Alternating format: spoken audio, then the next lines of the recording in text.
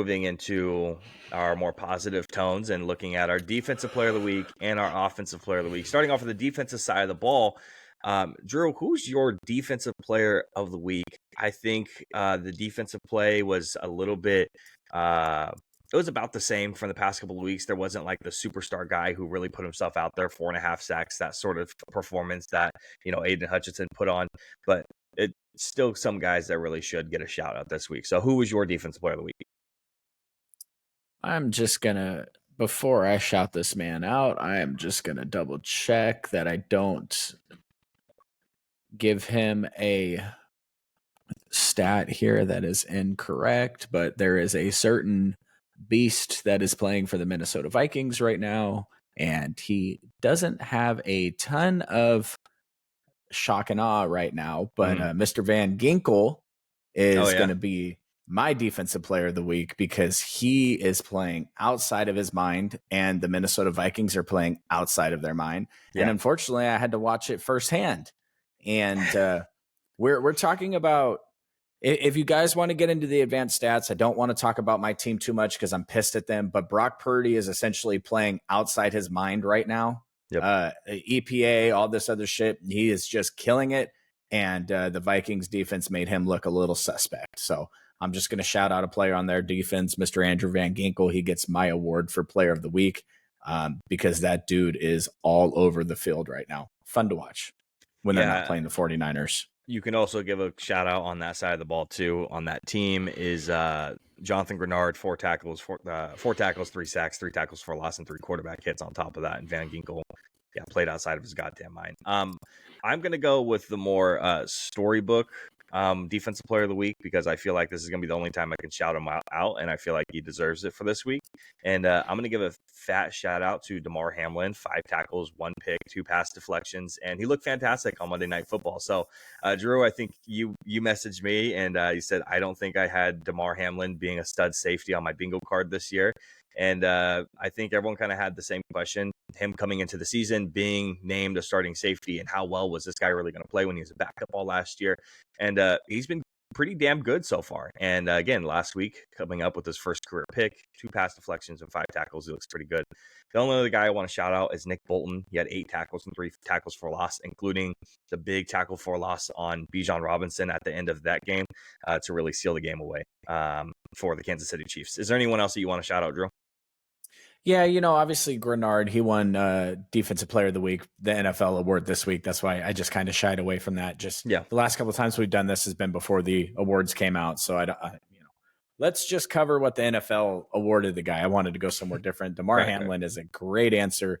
You and me have been going back and forth on the podcast. We've been going back and forth in text messages about these Bills, but I did not have the Bills defense showing out like this in my predictions. So shout out to Damar, shout out to Von Miller, shout out to that defense and what they're doing so far because they look pretty good. They look pretty deadly, but we all know what it really comes down to is can you beat Patrick Mahomes in the playoffs? And that remains to be seen. So, it wasn't a super big standout. There was no 5-sack performance from Aiden Hutchinson this week. To be honest with you, there's a lot of weird shit going on in the NFL right now. There's a lot of Super Bowl contenders that only have 1 win. And there's a lot of weird teams that have 2 or 3 wins. I mean, the Vikings and the Seahawks are undefeated, and you got the Dallas Cowboys and the 49ers and the Ravens are 1 and 2. Yep. That's all very, very weird, but parity in the NFL is why we love it. So here we are. Absolutely. And looking on the other side of the ball in the offensive player of the week, there is a couple of wide receivers, a tight end that could be shouted out, even a couple of quarterbacks that can go ahead and get the nod. But Drew, which direction did you lean this week for offensive player of the week? I just made it very simple. I'm just going with Josh Allen. There are a couple other candidates, but I'm going to touch on them in other segments, so I didn't want to double up here. Josh Allen and his roster, his offensive roster, we talked about it a lot. They have wide receivers on their team that nobody really knows the names of. They have a running back who was decent last year, has exploded on the scene this year. It's just not an offensive roster that makes you scream. This isn't the 49ers, right? This isn't the Bengals with 2 top 10, top 15 wide receivers. But But I went back to watch my preseason power rankings when I talked about the Bills, and I said that I felt like getting the diva attitude of Stephon Diggs out of that locker room where he had turned into a cancer in Buffalo. Now he's killing it in Houston. I'm not saying I shouldn't have used the word cancer because maybe what he was upset about, he was right. And that's okay. Sometimes things don't work out. Now, we haven't been perfect at every job we've ever worked, but getting him out of there and onto a different place and letting the Bills focus on what they have in house. And it's led to a fantastic start. So Josh Allen is my offensive player of the week. I got to go with the quarterback as well. And I'll go ahead and throw up the red rifle for this week. 36 of 37, 319 yards and 3 touchdowns, putting asleep the Raiders this week, which was your upset of the week. Drew being 2-1 on the upset so far. Couple other guys I feel like could be very easily shout out. Jawan Jennings, career day, 11 receptions, 175 yards and 3 touchdowns, regardless of a loss. And a loss, absolutely. But you can't discount the performance that Jawan Jennings has, absolutely. Thanks, Ronnie Bell. Thanks, Nick Moody. Well, good thing those guys are not going to be. Do you remember that time? Do you remember the time where the 49ers drafted a kicker in the 3rd round and he can't make a fucking kick? And the Cowboys drafted a kicker. Actually, they didn't even draft him. He's undrafted, right? Yep, he is. And he's never missed a kick? He's missed. But really? When? From 77, maybe? Well, he's perfect from 50 plus, but yeah.